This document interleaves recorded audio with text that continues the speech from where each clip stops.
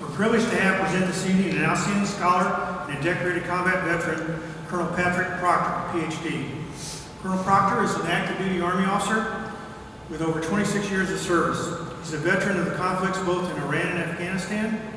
He served with a small group of soldiers, scholars, and diplomats working under General David Petraeus and Ambassador Ryan Proctor that created the strategy for the war in Iraq that came to be known as the Iraq Surge. He's written extensively on current affairs, military history, and military simulation topics with numerous articles and numerous various publications. His book titles include Blameless, the 1990s and the Army's role in creating the forever wars in Afghanistan and Iraq, Containment and Credibility, the ideology and deceptions that plunged America into the Vietnam War, and Task Force Patriot and the end of combat operations in Iraq. And obviously then the basis of his talk tonight is going to come from his expertise in this book that's displayed in front of you. We'll have available for you for sale for those that wish to get an autographed copy from him after the presentation. Colonel Proctor earned his bachelor's degree in mechanical engineering from Purdue University. He holds 3 master's degrees, one from the U.S. Army War College, one from the School of Advanced Military Studies, and one from the U.S. Army's Command and General Staff College. He earned his PhD in history from from Kansas State University. Colonel Proctor currently serves as the chief of an operations group at the Mission Command Training Program on Fort Leavenworth. And his duties there include training the U.S. Army's functional and multifunctional brigades. He and his wife own a successful business here in town, and it's one of my daughter's favorite places to eat. Please welcome Colonel Pat Proctor.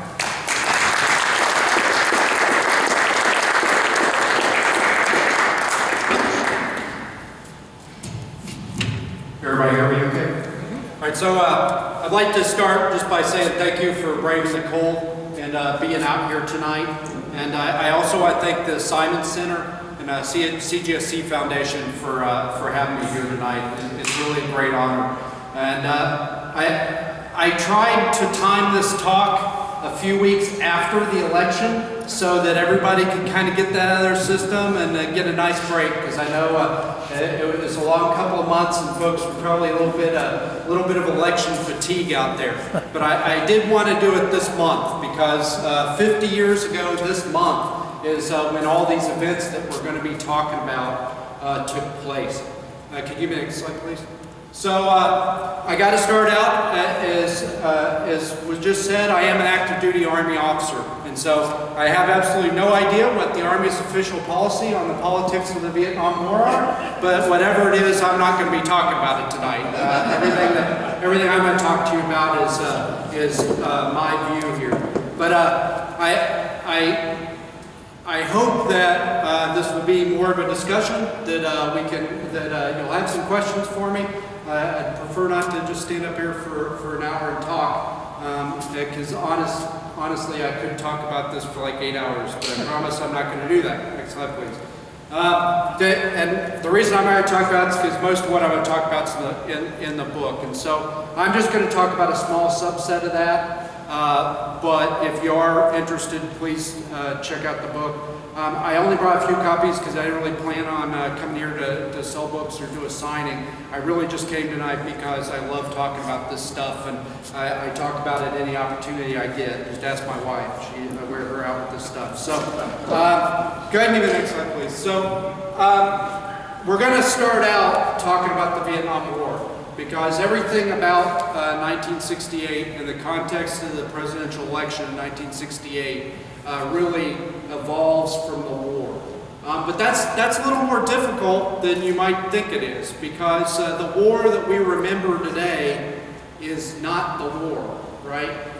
And a lot of the folks here in this room lived that war, and you know it better than anybody. But depending on where you sit, when somebody says the Vietnam War, you probably think of different things. Kind of up here in the top left corner, if you were at home and you were watching this on TV or reading it in the newspapers, that's your war, right? That's what you know about the Vietnam War, because you weren't there. If you weren't there and you didn't know somebody who was in the war and came back and told you about it, this is all you know about the war. But then over here on the left side, there's this other war for veterans and for those that have participated in it and those who came back. that's a different war. That's a, when I say Vietnam War, that evokes a completely different picture.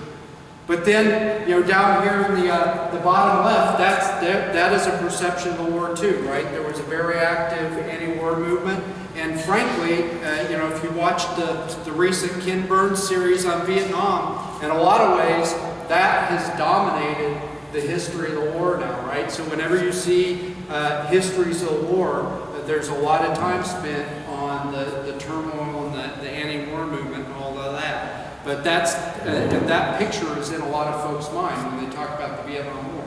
But then there's another picture of the war. It's down there in the bottom left corner. If you were not alive, or like me, you were very, very small when the Vietnam War was going on, your picture of the war might be what you saw in the movies after the war, right? And that's not the war either. That's two-hour snapshots of a fictionalized version of a very complicated event intended to deliver a message, whether that's based on fact, or that's based on opinion, or that's based on perception, right? It's tell lies through art to communicate something that somebody wants to say about the war. But that's not the war either, right? And so, give me the next slide. There's another war that we don't remember. There's several other wars that are not in the histories that we don't hear talked about. And this is one of them here. The anti-war movement was a political movement, and politics.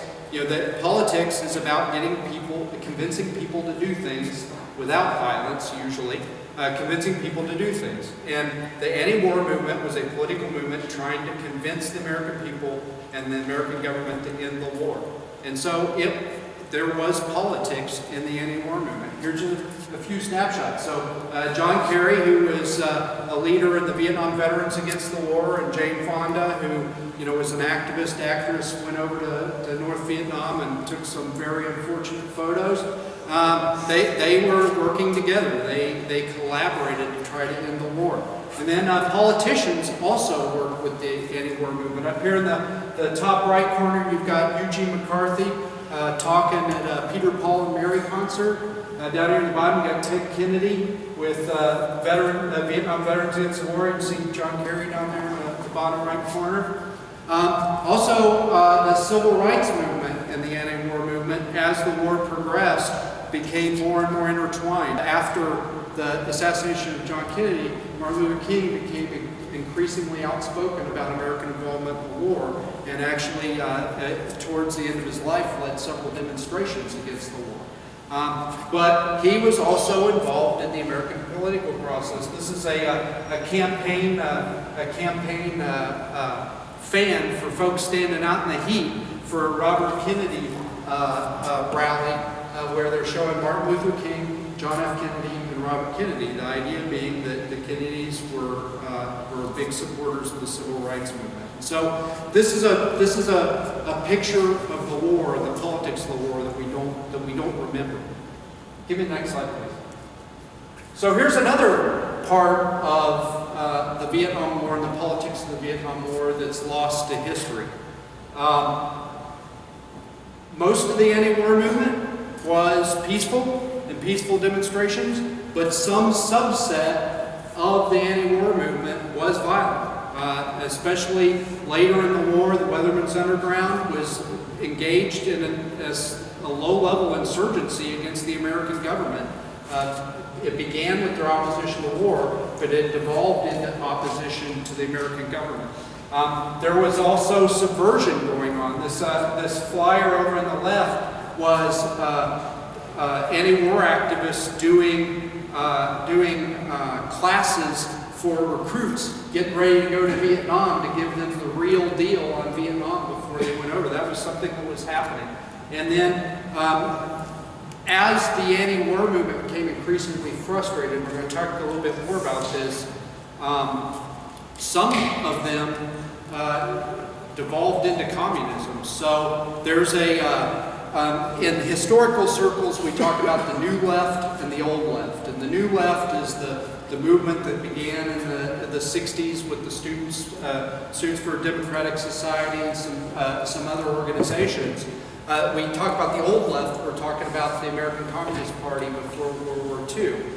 as the anti-war movement got more and more frustrated, some of those folks restarted the American Communist Party as the Young People's Party, and were basically became communists with the stated goal of working with the international communist movement to communize the United States. And so these are things that are not just my opinion, they're in the documentary evidence, but they have been lost to time. And I don't want to create the impression that all anti-war activists were into this, and we'll talk a little bit about this, but some of their opposition did create the impression that they're all into this to undermine the movement, but this was a fact of the war that's lost to time.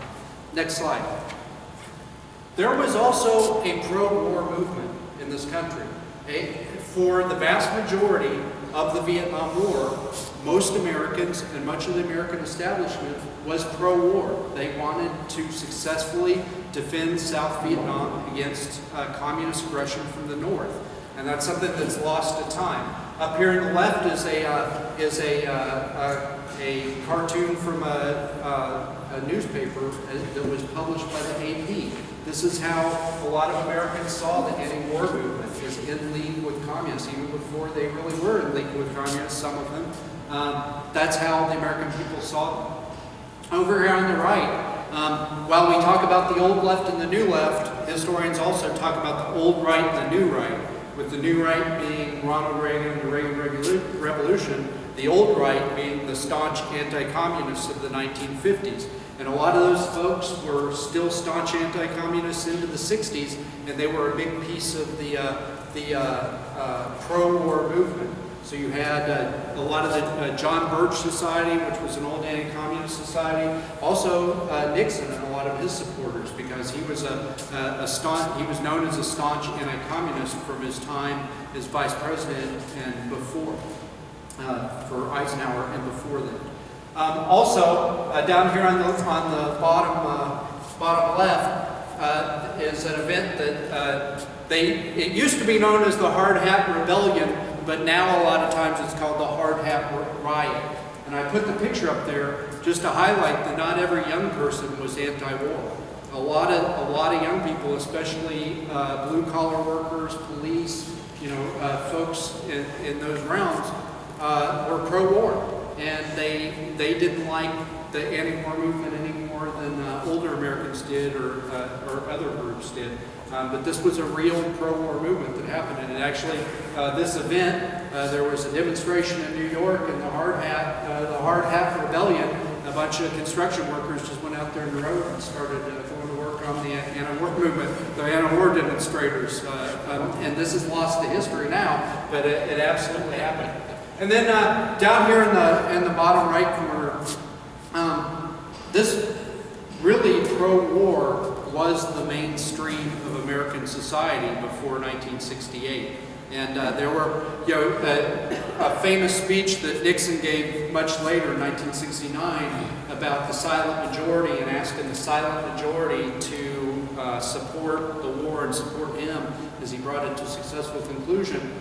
We remember that. What we don't remember is in 1966-67, there was another movement that was called, that were asking the silent center, which was kind of the same idea, the mainstream of American society, to show their support for the war and for America to be victorious. And all of this is lost at time. Next slide, please.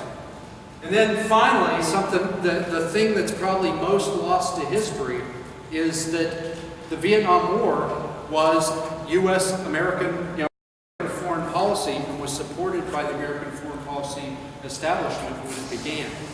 Over here in the left corner is the signing of the Gulf of Tonkin resolution. We'll talk about that a little bit more in a minute, but only 2 senators voted against it. Wayne Morris and Ernest Greening were the only 2 senators, the only 2 Congress people who voted against it. The entire rest of the Congress and the Senate voted for this resolution of a statement of defense of South Vietnam. And then the top right corner, the Joint Chiefs of Staff, the very next morning, were out on the White House lawn with the President, showing their support for the defense of South Vietnam. And honestly, throughout the period, they wanted to go a lot further and be a lot more forceful and Vietnam than the president was prepared to be, because he was concerned about drawing China into another war.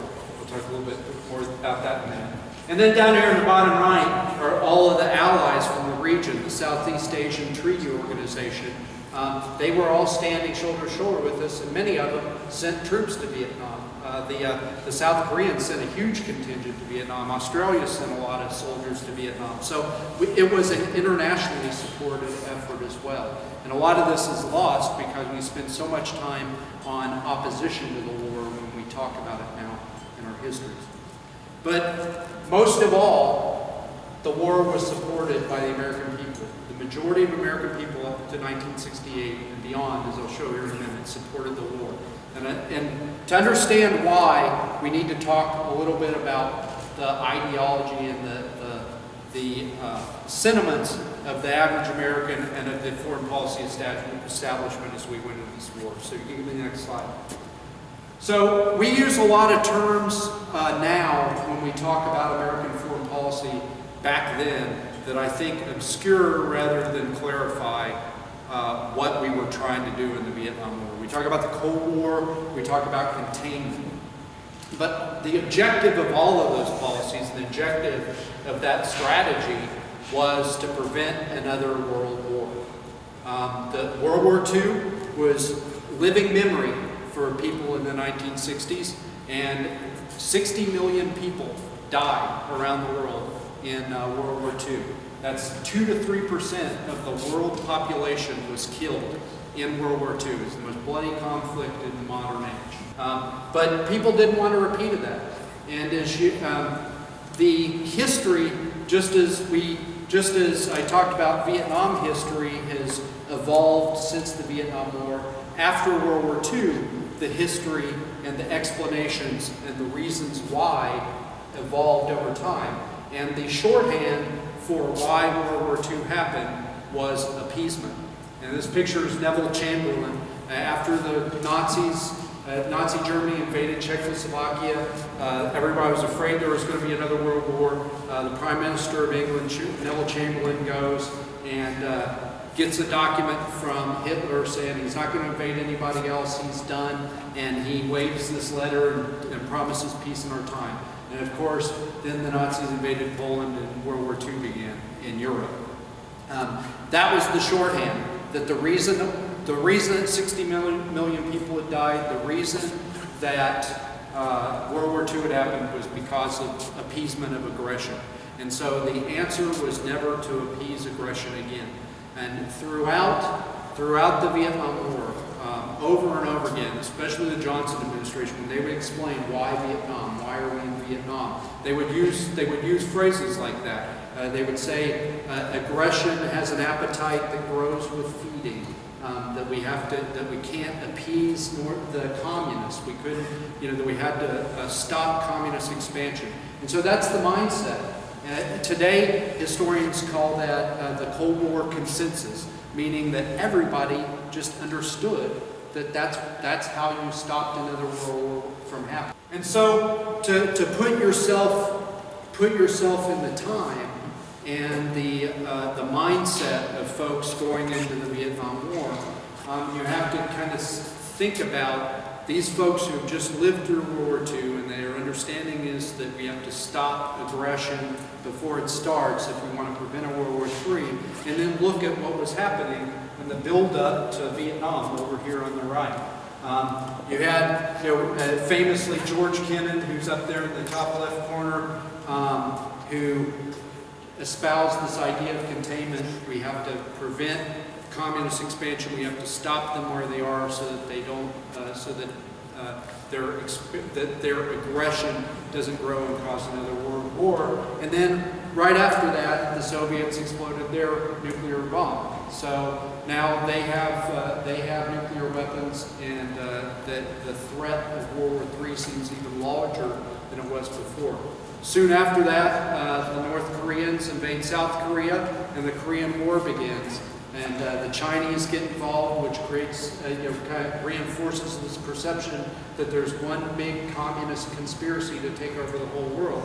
And there's a lot of evidence for that, right? Because the North Koreans got permission to invade South Korea from the Soviets, and then the Chinese came in to support them and help them survive after the war turned on them. So it would be reasonable for a person at that time to think that they might all be working together and have one plan. And then in October '64, the Chinese exploded their own A-bombs, so now the Chinese are also a nuclear power. And at the same time, beginning in '59, North Vietnamese are beginning to try to subvert South Vietnam through insurgency. And so when you put all those things together, it looks like this is a repeat of the Korean War. This is the communists trying to expand into Southeast Asia the way they tried to expand into East Asia. And so that's the mindset that the folks in power, the folks in the foreign policy establishment went into the Vietnam War. So next slide, please. So Lyndon Johnson became president in November 1963 after John F. Kennedy was assassinated, and Vietnam was the top foreign policy issue on his plate. In late 1963 and early '64, it very much looked like South Vietnam might just implode under its own weight because of political turmoil. Assassination of the president, President Diem, had created just a succession of governments that couldn't hold power and couldn't bring the folks in South Vietnam together. And so Lyndon Johnson and his administration were very concerned that they might lose Vietnam the way Democrats have been accused of losing China when China had gone communist. And he did not want that to happen. Throughout the beginning of 1964, they went on a tour basically to try to drum up support with the American public and with the Congress for the U.S. to intervene directly in South Vietnam.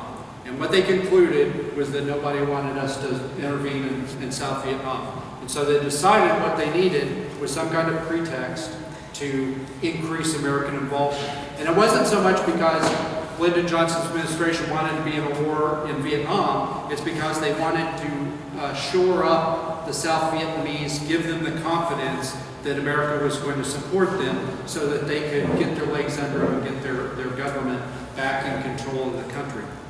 And so on August 2nd, a U.S. destroyer was in the Gulf of Tonkin doing patrols along the shore in international waters, but along the shore. And two North Vietnamese boats tried to intercept it. That definitely happened. Everybody knows it happened. They sunk one of the torpedo boats. There was evidence. Everybody knew it happened. And so there was a big debate within the administration. Should this be our pretext? And they decided, well, we need to warn them. American people won't support it if we just do something now. We need to warn them. If it happens again, there will be repercussions. And so they warned the Vietnamese, the North Vietnamese. And 2 days later, August 4th, a second destroyer joined the first destroyer in the Gulf of Tonkin, and they believe that they have been attacked again. They had plenty of radar or sonar contacts. They believe they saw torpedoes in the water. They sent aircraft out. They dropped bombs, and they reported that to Washington. Lyndon Johnson's administration believed that was the pretext they needed. They dropped bombs in North Vietnam, and the president presented to Congress the next day a resolution for a statement of support of South Vietnam up to military action if required to try to stop the North Vietnamese, and shore up the confidence of the South Vietnamese. That will be important again in a minute. But in the immediate aftermath, the move was very popular. At the time, Lyndon Johnson was in his first presidential race against Barry Goldwater, and everybody saw Barry Goldwater as very extreme. You've probably seen the Daisy commercial where the little girl's picking the flowers off, or the petals off the flower, and it turns into a countdown and a nuclear mushroom cloud. And the question being, do you want Barry Goldwater in charge of the nuclear arsenal? And so everybody saw Lyndon Johnson as much more measured and a safer bet, and he won in a landslide. So next slide, please. Over the next year, American involvement escalated to the point where ground troops were on the ground directly engaging Viet Cong which is the North Vietnamese supported insurgency, and actual North Vietnamese army soldiers who had begun to infiltrate into South Vietnam. And that really escalated over the next 3 years to a commitment of 500,000 American soldiers and troops from Marines and all services. And so at the same time that that escalation was happening, there was a foreign policy debate, a foreign policy movement starting in the American foreign policy establishment. And in the book, I call it the Foreign Policy Revolution. And I call it a revolution because it really was revolutionary. I talked at the beginning here about how the Cold War consensus, everybody believed that containment was the correct foreign policy for addressing communist aggression. And there were folks, just a few folks, within this anti-war movement that was beginning to grow against the American escalation that really thought that the Cold War was maybe not the way to go and maybe a bad idea, and maybe containment was not the foreign policy we should follow. Over on the left here are two senators that were in this movement. The first was Wayne Morse. The other one was J. William Fulbright, who will become very important here in a second. But he was the chairman of the Senate Foreign Relations Committee, and he was also the guy who had moved the Gulf of Tonkin resolution through the Congress for Lyndon Johnson. But he was increasingly beginning to believe that maybe that wasn't the foreign policy that America should be following. Maybe it was getting us into things like Vietnam and trapping us in wars that we didn't need to be in. And so that really escalated to 1966 when he held hearings on whether the Cold War was a good idea, whether containment was a good policy. He had a star-studded cast of professors.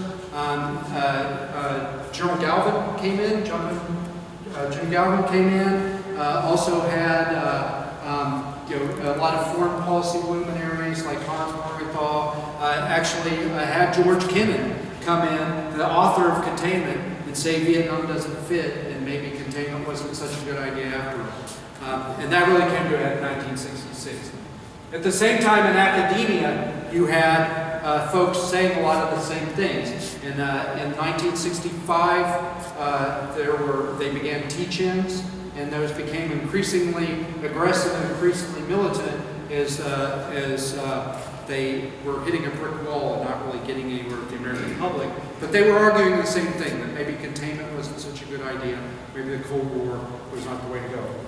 And then over here on the right, you've got the folks that we normally associate with the anti-war movement, Students for a Democratic Society, also some other groups, yippies and some other folks, that were saying the same thing, but it was really a larger critique of what Cold War containment had done to American society, that it had militarized us, it had made us imperialists, all these things that they felt were ills of the Cold War policy of containment.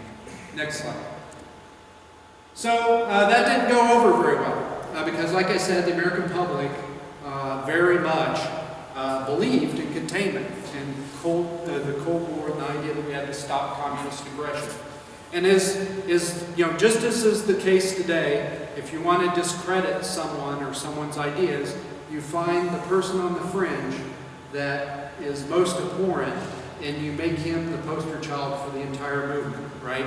And that's exactly what happened with the anti-war movement. And the anti-war movement, frankly, made it easy. If you look up here on the top left, this is a demonstration, an anti-war demonstration in Washington. And you see this flag in the foreground. That's the flag of the National Liberation Front, the flag of the Viet Cong that they're flying in protest against the war. Not terribly popular with American moms and dads that are sending their kids to fight a war against these people. You can see some of the cartoons that were running in the media claiming that the anti-war movement was supporting the communists. As the anti-war movement became more violent, pointing out the violence that they were engaged in. And we'll talk a little bit more about this in a minute, but the 1968 convention, the outside and inside inside the convention hall was pretty tumultuous. And so really by 1968, or by the end of 1967, this whole movement, this whole idea of containment's a bad idea, as a way to attack the Vietnam War collapsed. And that's important because at the end of 1967, J. William Fulbright, that senator that I showed a minute ago, got the staffers from the Senate Foreign Relations Committee together and they had a talk. They said, look, what we're doing is not working. We've been attacking the idea of Vietnam as part of the Cold War, we've been attacking the Cold War, we've been attacking containment for 3 years, we're getting nowhere, and we're starting to be associated with these people that we don't want to be associated with. So if we want to end the war, we've got to do something different. And one of the staffers had been investigating the Gulf of Tonkin incident. And as you peel back the onion on the Gulf of Tonkin incident, it became clearer and clearer that it probably didn't happen, or that the second attack, the attack on August 4th, was a mistake due to high seas, due to a lot of other factors. And almost immediately afterwards, as the Navy began to investigate, they started to realize maybe it hadn't happened. But the administration, they had already backed that horse, and so they had to keep backing that horse, and so they defended against any idea that it hadn't happened. And it had started to appear in newspapers and small stories. It finally hit AP 1967. And the staffers for J. William Fulbright said, that's it. That's how we get them. We say that the war was a lie, and it was started by a lie, and the administration's lying to you, and that's how we end the war. And that's going to be very important to me. Next slide. It's going to be important because, and we're almost there, we're at 1968. It's very important because that change in tactics came at a very opportune time. Here in the top left is Gerald Westmoreland. He came back in 1967 to kind of drum up support with the American public for the war. He said all kinds of things that seemed very, very unfortunate. 6 months later, like that we can see the light at the end of the tunnel. The Viet Cong is almost defeated. They're on their last legs. But as we all know, in January 1968, and January and into February, Tet Offensive began. American people were treated to pictures of the Viet Cong very much not on their last legs, and it didn't look at all like the light at the end of the tunnel. And so that was all happening at the same time that J. William Fulbright began new hearings on the Gulf of Tonkin incident. So you have on the one hand folks surprised, folks at home surprised. There's a lot of history about it, but the military really wasn't surprised by the Tet Offensive, but they didn't really tell the American people it was coming. So the American people were surprised by it. And at the same time, you have J. William Fulbright calling into question the Gulf of Tonkin incident that had gotten us into the whole war in the first place. And I'm sorry, keep it there for just a second. Where it really came to a head, we were all very familiar with Walter Cronkite, the most trusted man in America. He went to Vietnam, did a series of stories that aired in the midst of the Tet Offensive. At the end, he gave a little 30-second speech where he said maybe some of the people who said that this thing's almost over were wrong. And he also, the point of his talk was it's time to negotiate, but saying that really in a lot of folks' minds cemented this idea that we were being lied to about the war. And go ahead and get to the next slide now. That really was the end of Lyndon Johnson's presidency. If you go down here to this low point right here, this is where Walter Cronkite went on TV and said that, maybe folks that are telling you the war's almost over aren't exactly right and aren't exactly honest. On 31st of March, Lyndon Johnson went on TV and he announced that they were going to stop the bombing of the North, which is something that North Vietnam had said was a precondition to negotiations. He said that they were going to start negotiations, and he said that he was not going to run for president again, and he wouldn't accept the nomination for president. And that really sets the stage for the 1968 presidential election we're finally at. So give me the next slide. So, with the president out of the race, the Democratic nomination is really an open question. And so, on the left here, you have the anti-war candidates. You've got Eugene McCarthy, and you've got Robert F. Kennedy. And Robert F. Kennedy actually talked Eugene McCarthy into running, but then when he saw how vulnerable the president was, he decided to throw his hat in the ring. And so, as the primaries began and went on, there was a lot of bad blood between the two candidates because Eugene McCarthy really felt like he had been betrayed by Robert Kennedy. He had not really wanted to run, and Robert Kennedy had convinced him to. But both of them were running on an anti-war platform, and they were running on the old anti-war line, which was Vietnam is a civil war. It is not part of the Cold War, and maybe containment's not the way to deal with the Soviet Union because they're becoming more, they're establishing detente, they're becoming more user-friendly. Maybe the Vietnam War is not the way to proceed. And so that's what they're running on. The same things that I showed you that foreign policy revolution folks were running on. The folks that had really been discredited because of the excesses of the anti-war. And then here in the middle, you've got the other wing, if you will, of the Democratic Party. You've got Vice President Hubert Humphrey, who's really seen, fairly or unfairly, as a continuation of LBJ's policies. And he's not really doing anything to dispel that either, because he's still the vice president, and he feels like he has to be loyal to the president and has to toe that line for the administration. And so he's pretty fairly painted as a continuation of LBJ's policies. And I showed you that line. That line was not support for the war. That line was support for LBJ's prosecution of the war and his performance as president. So a pretty difficult line to be running. But then down here at the bottom, you've got George Wallace, and you guys probably all remember, have probably all seen the video of George Wallace when he was the governor of Alabama, and he was standing in the doorway of the University of Alabama to prevent African American students from going to college at the university. He was really running as the figurehead for the Southern segregationists who were angry with the Democratic Party for the Civil Rights Act and the civil rights, their support of the civil rights movement. And he ended up running as a third-party candidate, so he was in the race right up to the last. And then over on the right, of course, is the Republican ticket, which pretty rapidly coalesced around Richard Nixon. There were a few other folks that early in the primaries were also in the race, but they dropped away pretty rapidly in support coalesced around Richard Nixon. And we're going to talk a little bit in detail about what Richard Nixon was running on, because I think this is another one of those things that's sort of lost to history. Next slide, please. So, really three dramatic events after LBJ withdrew from the race had a pretty dramatic effect on the presidential election in 1968. The first was the assassination of Martin Luther King Jr. in April of '68.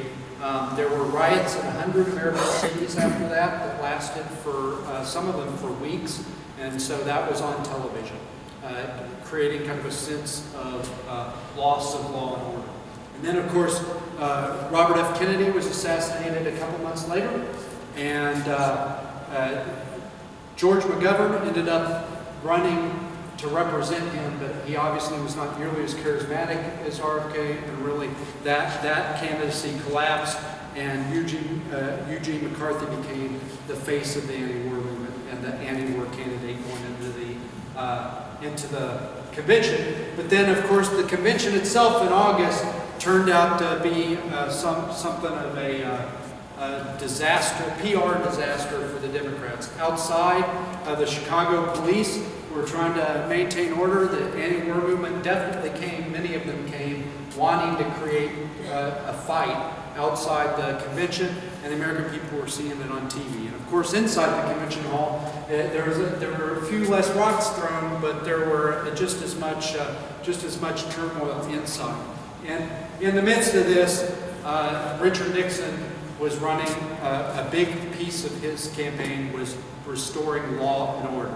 The idea of law and order, and the idea that he was going to bring to an end all of this rancor and all of this violence. Next slide, please. But the other thing that he was running on was, I'm going to bring the war to an honorable end. One of his campaign slogans was peace with honor. And so this chart shows what the American people wanted in the middle of 1968 for the future of the war. As you can see, a little less than 40% want to withdraw, but the majority either want to carry on the war with the current number of troops or even up the number of troops, escalate the war even more to win. And Nixon never really said he was going to do that, but the perception was that he was going to take the gloves off and he was going to finally fight the war the way it was meant to be fought. And as I showed you at the beginning, the pro-war movement was really the American mainstream, and that really carried it across the finish line. Next slide. So that carried him across the finish line, but it also created some problems for him because he had promised that he was going to bring the war to an honorable end, which in many people's mind translated into beginning withdrawals. And so by 1970, most people wanted to withdraw. They were not looking for a timetable. They wanted to win the war, but they wanted withdrawals. And I talked about how the anti-war movement had switched tactics to credibility and attacking the president's credibility. When Nixon took office, that was the same tactic that they used with him. And his only defense to prove that he was making good on his promise to end the war was to begin to withdraw troops. Next slide, please. And so, as shocks to the Vietnam War policy began to happen during Nixon's presidency, his only recourse was to withdraw troops. And so, a couple of the shocks are up here. So the Pentagon Papers were not about Nixon. They were about the war and the policy that got us into the war during the Johnson administration before, but the perception of those papers was that they proved that the administration lied us into the war. So it's an attack on the credibility of the war and the basis for the war. His response was to withdraw troops. First, he tried to stop publication. When that ended, he withdrew troops.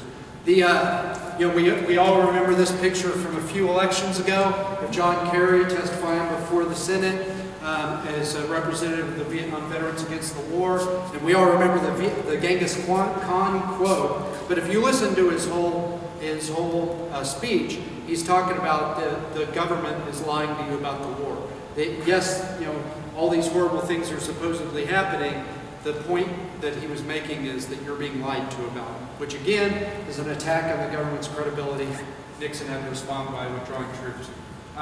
This is another big blow. Nixon's policy was Vietnamization. We were going to turn the war over to the South Vietnamese Army, the Army of the Republic of Vietnam, ARMN. We were going to train them. We were going to better equip them. We took that effort seriously, but in 1971, the South Vietnamese tried to attack into Laos to interdict the Ho Chi Minh Trail and ran into several North Vietnamese divisions, got badly mauled. Back here in the United States, that was seen as a failure of Vietnamization. Yet another kind of attack on the credibility of the president and his policies. He had to respond by withdrawing troops. And ultimately, there were not enough troops left there to pursue the policy of defending South Vietnam. We had to sue for peace really on North Vietnamese terms. And at the end, we ended the war with North Vietnamese troops in South Vietnam still. in control of large portions of the country, which was a recipe for disaster, which came to a head in 1975. Next slide. But the credibility crisis followed Nixon out of the Vietnam War. In the 1972 election, Watergate was beginning to brew, and really that loss of credibility that he suffered in the Vietnam War was a big factor, which I don't have time to go into here, was a big factor in his inability to defeat the attacks based on the Watergate crisis, and he ended up resigning. Next slide. Another consequence of this period is the anti-war movement. Because the anti-war candidates had failed, the anti-war movement really, lock, stock, and barrel, directed all their attacks against the credibility of the government, which is why the book's called Containment and Credibility. But they stopped attacking the Cold War, and they stopped attacking containment as a policy. And so the Cold War went on. The Cold War survived the Vietnam War and really, continued until 1989, 1990, when the wall came down and the Soviet Union collapsed. So that's one big consequence of this period. Next slide. But another consequence of this period that follows us into today is a lot of the same folks that were junior congressmen during this period were senior senators when the Iraq War began. And so what was the main line of attack against the Iraq War? Weapons of mass destruction. We relied into the war, and the pretext is we're incorrect. That really, in a lot of ways, that strategy was a carryover from folks that had learned that strategy during the Vietnam War. And so it lives with us today. Next slide. And so that's what I had to talk about, but I am absolutely open to any questions that anybody might have. Yeah, please. Sir, in your opinion, was the underlying reason such the widespread opposition to the Vietnam War, was that because of the draft and the average man had skin in the game? Well, first, I guess I hope what I show is that it wasn't quite as widespread as is kind of portrayed today. It was large, and it got larger late in the war, and that was absolutely a factor, I think. And Richard Nixon knew it, which is why he ended the draft at some point during his presidency to try to deflate some of that, what he felt was motivation. So, I'm not a political scientist, and I've not done any research, kind of statistical research on that question. But Richard Nixon definitely believed that was one thing fueling the war, and so he ended the draft for just that reason. Any other questions? Yes, sir. It's an observation, I guess, and I'd be interested in your response to it, but I didn't go to Berkeley or any of the other schools that were high profile in the anti-war movement. I went to Central Missouri State out here in West Central Missouri, a farm kid. Grew up believing that any war the United States government put us into had to be justified. Every benefit of the doubt, such as it was, would have gone certainly to our administration, Republican or Democratic. But thinking back on it, this has been something that's evolved in my thinking over the years. When I started college in 1969, still very much thinking the war has got to be done, believed in containment. It had been drilled into my head, this is what has to be done. But what really set me to thinking, and I'm not sure it wasn't having that effect below the surface across much of the rest of the country, were the returning veterans from Vietnam. I'm not talking about the guys and the veterans against the war, the Carries and the winter soldiers and all the rest. I'm talking about the guys that were coming back to college. They had gone into the service, volunteers or draftees. Most of the guys I ran into had served in 67, 68, 69. And they weren't active in the sense of carrying placards and joining SDS or anything else. It's what they had to say privately about the war and just basically saying what you're hearing is not what's going on. There was a lot of disenchantment, a lot of disillusionment from guys who were very patriotic, who would have never associated themselves with communism, but I think at a level that's very hard to measure, that they had a lot to do with that, the change in numbers that you see between the election of Nixon and the fall of '68 and the numbers that you show for 1970. Yes, sir. And I absolutely agree. And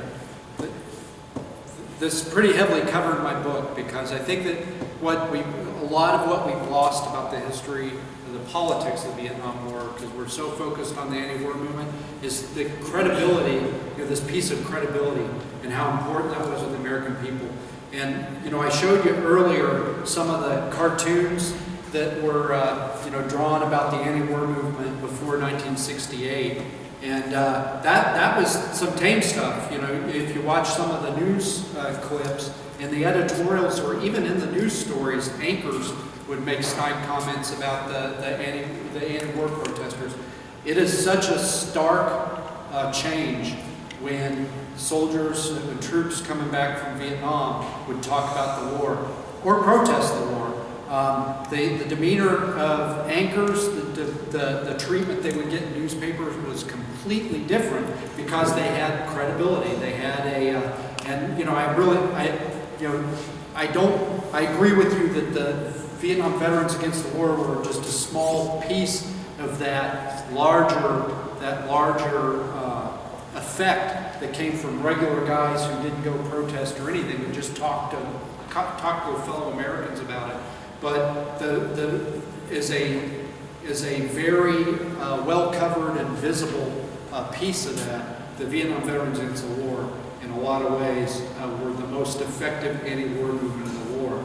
But what really interested me, because it was kind of my topic of interest, is that their attack wasn't, we shouldn't be in Vietnam, that Cold War was a bad idea, and the containment was a bad idea. It was exactly what you said. That what you're seeing on TV is not what's happening. And that was very powerful with the people that had already kind of been programmed by the 1968 election to think that their government had been lying to them about the war. That's great. Sir? On his remark about the news coverage in Vietnam, two things. One, I noted both when I was in Vietnam and watching the news afterwards, because the news came on at dinner time, most of the film reporting was taking place at a dust-off site. So what you were seeing was the dead wounded being thrown out. That's where the reporting was. Right. They weren't forward with that. In World War II, as you mentioned, they were not allowed to show pictures of American dead. The second thing about the news reporting, Mike and I went to Vietnam about 3 years ago, and the Caravel Hotel, where all the reporters hung out, there's a plaque. And it's in honor of the person that during the war was the Vietnamese head of the Reuters, the AP, and Time magazine offices at various times, who just happened to be a major general in the North Vietnamese army. So you wonder where they were getting their reporting. Yeah. So my wars, Iraq and Afghanistan, right? And I was shocked, really, when I came back by the war that was on TV, compared to the war that I just come back from multiple times. I mean, it just the phrase in the journalism industry is, if it bleeds, it leads, right? You're never going to see on television news the school we opened, or the kids we inoculated, or the girls that are getting to go to school. You're going to see the IED that blew some soldier's leg off, or and I'm as frustrated in my own wars as you were in yours. So. Like that gentleman said over there, the whole time I was there, I never seen a reporter. I was up by the DMZ, and I was flying, and I never got any orders I couldn't shoot. But other than, I don't know who this guy was that we picked up somewhere, and he come over and put on my helmet, since that I got briefed we're going into a bad area, so I had 2 boxes I hand linked every round with armed piercing because you can't use those on personnel. And I go, excuse me? I go, if I kick Point and shoot. yeah, I go, if I kick the ball around, you're dead, right? He goes, yeah. I go, doesn't matter. I said, we're going into a bad area. I said, I don't know what they got. And I'm going to give everything I got, you know? Yep, so I think that a lot of our, this is a little further afield, but it's also kind of an area of research for me, but I think that a large portion of the reason that we did embedded reporters for the Iraq War was because of the experience that we had in the Vietnam War. And I think that coverage really started to turn when reporters stopped embedding with units and they started just sending a stringer with a camera to get a picture for the 5 o'clock news. And you know, if we could have maintained that, I think the war, our war. We have time for one more. Yes, sir.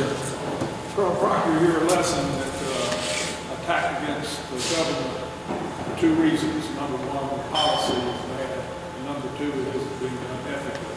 It certainly has profound ramifications for young lads like this in the future, because it seems to me, in my world, this is called lawfare. And it means there's a whole new area of war. It means that every time you go to war, you can predict what's going to be argued against you. First, it's going to be your right to use force. It will be questioned. And secondly, your professional way you employ it. And the professional officer is not involved in politics, but he certainly is involved in being able to articulate why he used force and the necessity, therefore. And it seems to me that the marvelous lesson of history that you've given us enables us to look to the future and learn how we have to prepare for the future, and exactly what you've talked about tonight. And I thank you very much for what you've taught us. Thank you. Thank you, sir.